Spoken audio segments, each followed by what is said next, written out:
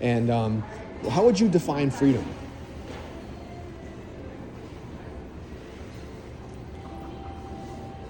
Ability to make your own choices. Yeah. No, I see what you're saying. Would you say, so I think freedom, the idea of being whoever I want to be, whenever I want to be that, I can do whatever I want to do, whenever I want to do that. That's kind of how I live my life for many years.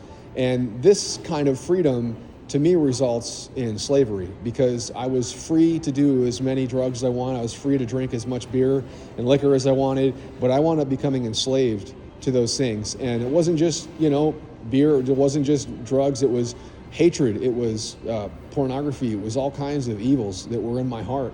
And I lived with no moral restraint. I lived essentially, I had no moral code. I would do whatever I want. Nobody could tell me any differently. And that led to just a lot of sorrow in my life. And although it starts out as fun, it turns into idolatry, and it turns into something that eventually leads to destruction. The Bible says that when it says desire, let's see, how does it say it?